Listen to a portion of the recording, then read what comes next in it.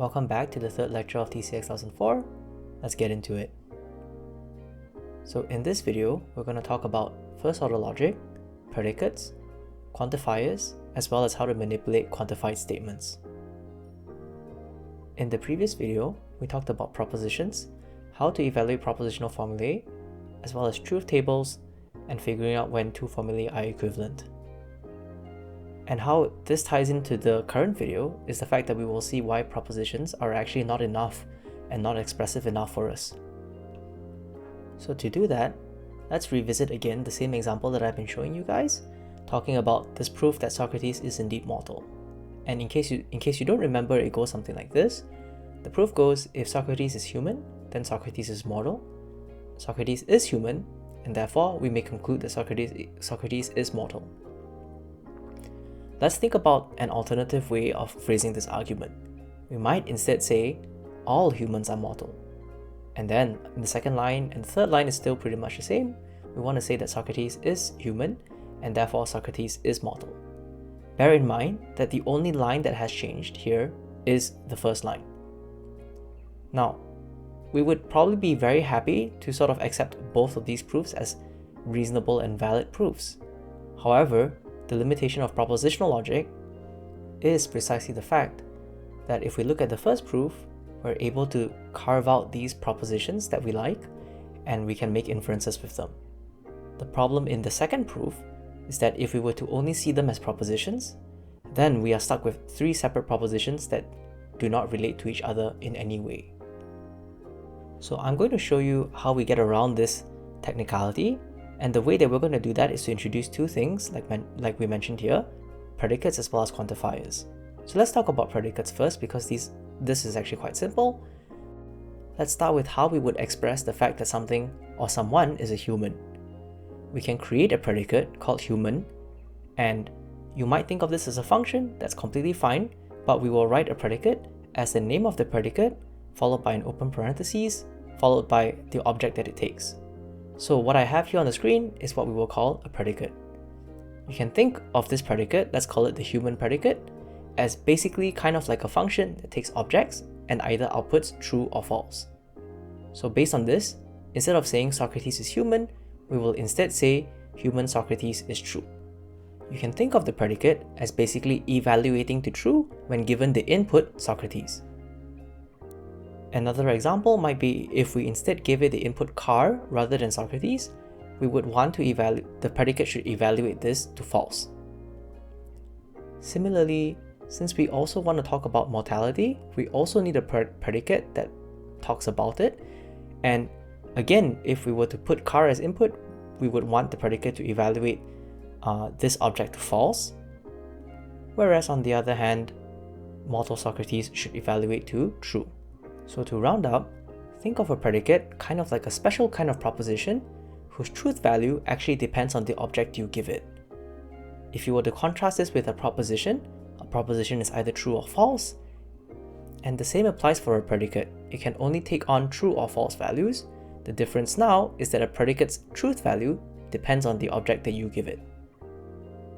Moving on, let's talk about quantifiers.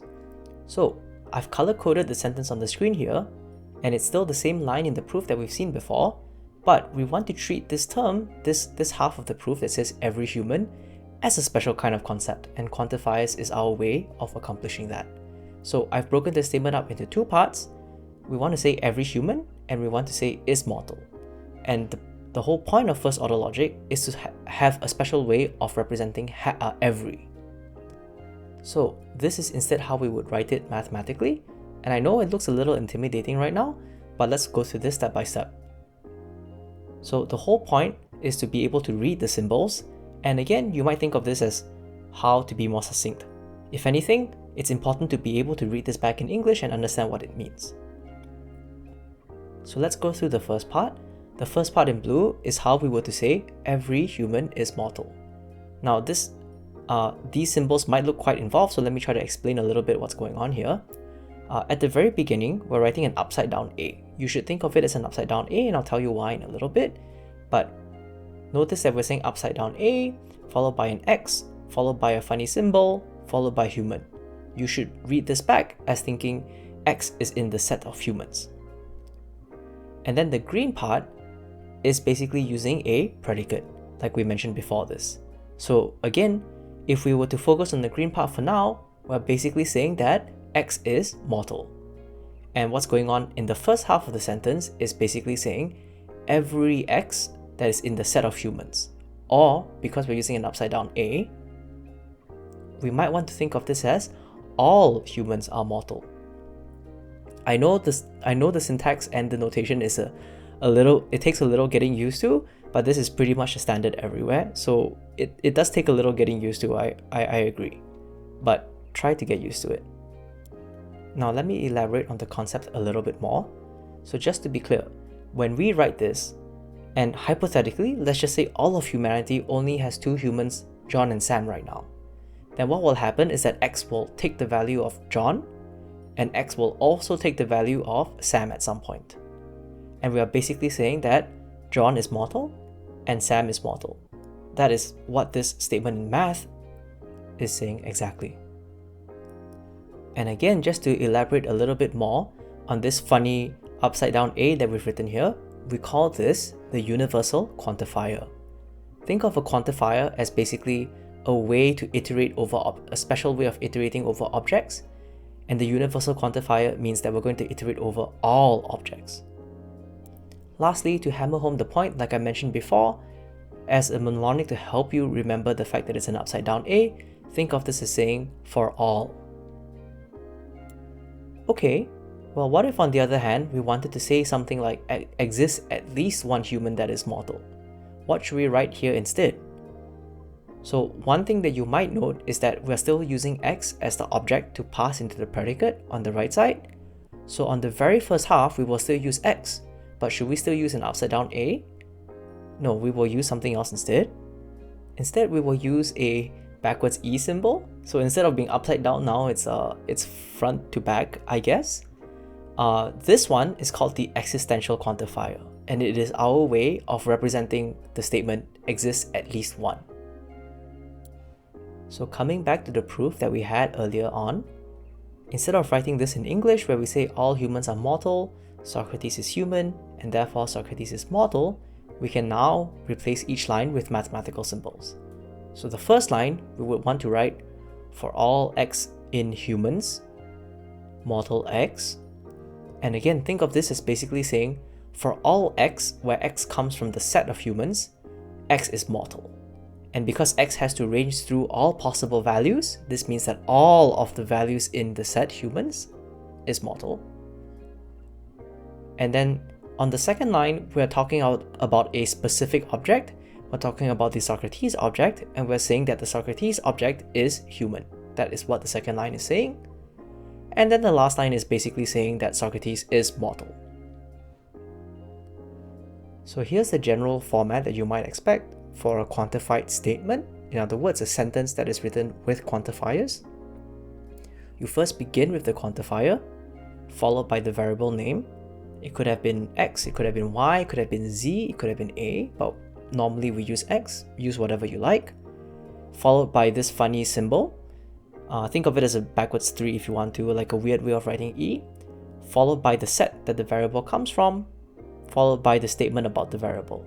Now, this might be a predicate, it might be a proposition, it might be two predicates combined with a connective, but at the very baseline, this is what it is. So let's go through another example talking about how to express even numbers. So how should we say a number is even?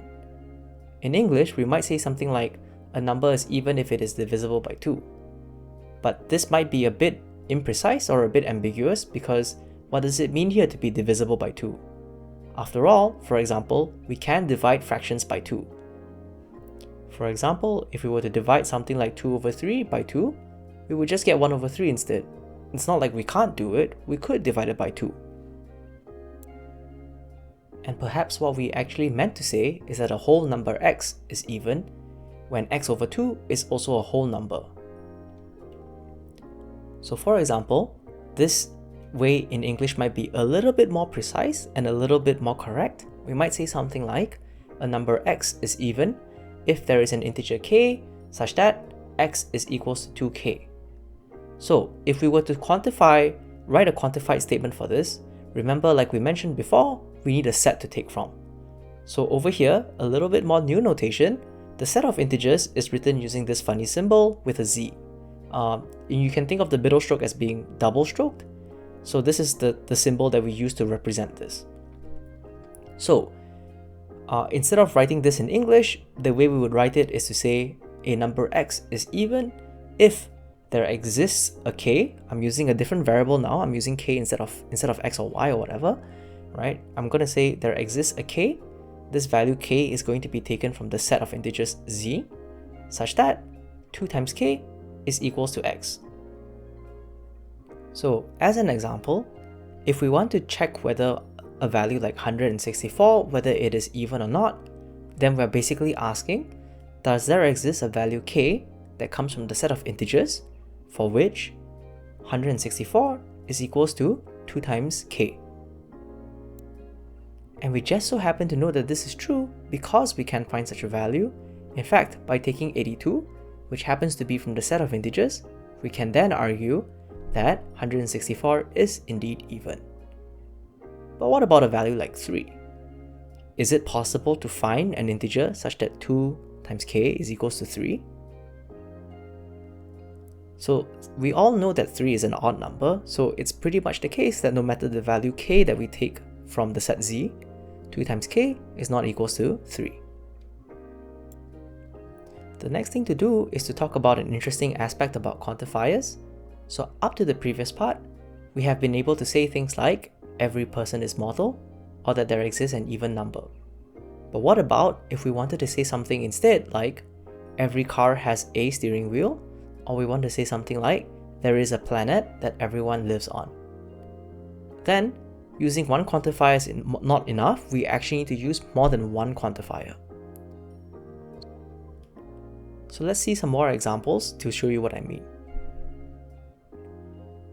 So for my next few examples, I would like to introduce you to a new set that contains only the non-negative numbers. So in other words, 0, 1, 2, 3, and so on, maybe even something like 467, these are all valid numbers that are in this set, but numbers like -1, -20, -5 are not in this set. We call this set the set of natural numbers. I think that's why they use an n to represent it. So let's think about some examples of statements that we actually see very commonly in math this time. So something like, there exists a natural number that is less than or equals to all natural numbers. For the time being, put aside the question on whether this statement is true or not, but spoiler alert, it is true. In fact, both of these statements are true on the screen right now. I just want you to sort of try to think about how you might want to write this using quantifiers. And before that, if you need time to parse the statement in the first place, maybe pause the video right now, read this thing back a little bit and try to understand what it's trying to say. Also do the same thing for the second statement, but let me read it out as well. It is not the case that there exists an integer that is greater than or equals to all natural numbers. Pause the video at this point, maybe, to read the statements back to yourself to try to figure out what it means at this point, and maybe along the way you realize that these statements are true intuitively and you might be able to informally argue why that is the case. But for now, focus on trying to understand the statement first and also how you think about how you might want to write this using quantifiers. So for the first statement, the way that we would write it is to say exists an x in n. For all y in n, x is less than or equals to y. Notice how in the English statement we started with an exists a natural number, so that's also how we start the statement in first order logic in math. We would write exists an x in n, and then we want to say less than or equals to all natural numbers, so the second quantifier has to be a for all quantifier or a universal quantifier, and then followed by the statement that we want. In this case, we want to write that x is less than or equals to y, so we will just do that in the statement itself. So let's go through the second one as well. And at this point, you might realize that it's actually slightly more complicated than the previous one, but it's a very interesting example nonetheless. Notice that we are starting with it is not the case, so we do have to write a negation on the outside. But let's talk about the quantifiers first. We're saying that there exists a natural number, so again, we want to write an existential quantifier on the outside, followed by a for all on the inside, because we want to say greater than or equals to all natural numbers on the inside. And then, don't forget that we have to negate the entire statement, so we parenthesize the entire thing and we write a negation on the outside. Okay, well now that we've talked about having multiple quantifiers and even mixing the types of quantifiers that we have, the first question that we might want to ask is, does the order of quantifiers matter here? So for example, in the first example statement that we used in the previous section, what if we had instead written, for all y in n, exists x in n such that x is less than or equals to y? So if we were to read this back, this now instead says, for every possible value y taken from the set of natural numbers, we can find at least one value x, for which x is smaller than or equals to y. Do they mean the same thing? The original is saying that we can find a value that is smaller than or equal to all other values. The latter is saying that no matter the value that we pick, we can always find something smaller than or equals to it.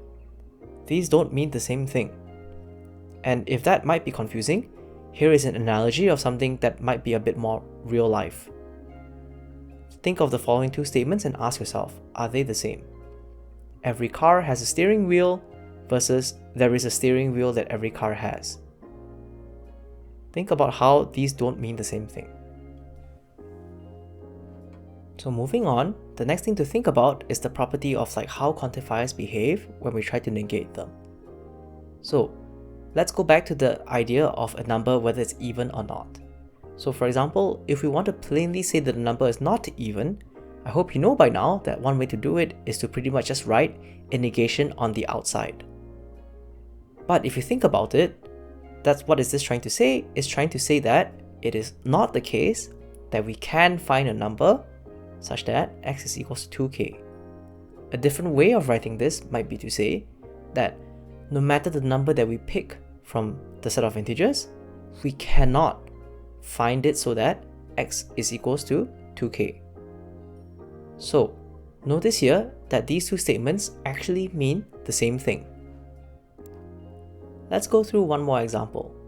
The second statement from the previous section. That's actually why I picked that example. It's because we were going to revisit it here. So let me write it out again. It is not the case that there exists an x in n such that for all y in n, x is greater than or equals to y. So can we think of a way to write this where we don't have the negation on the outside? We're basically trying to say it is not the case that we can find a value that is greater than or equals to all values.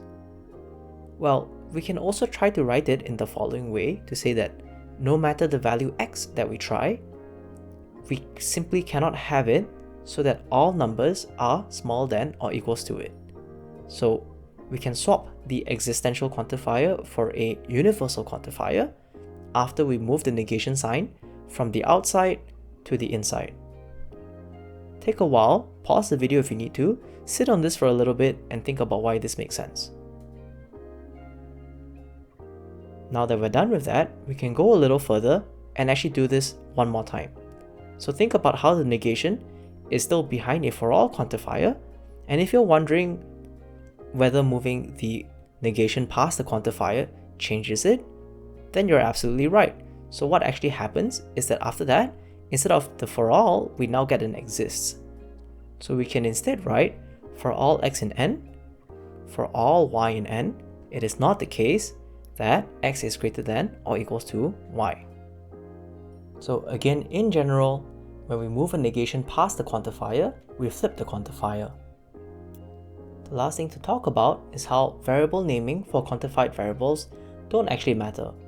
I know we've talked a little bit about the variables and the sets that it came from, but one thing you might ask yourself, and I'm here mentioning this to save you the time, is that it actually does not really matter what variables you use. So for example, we could say exists A for all B, the predicate PAB is true, or we could instead use x and y. So for example, exists x for all y, PXY is true, or if we were to write this statement separately, we could also write exists y for all x, PYX is true.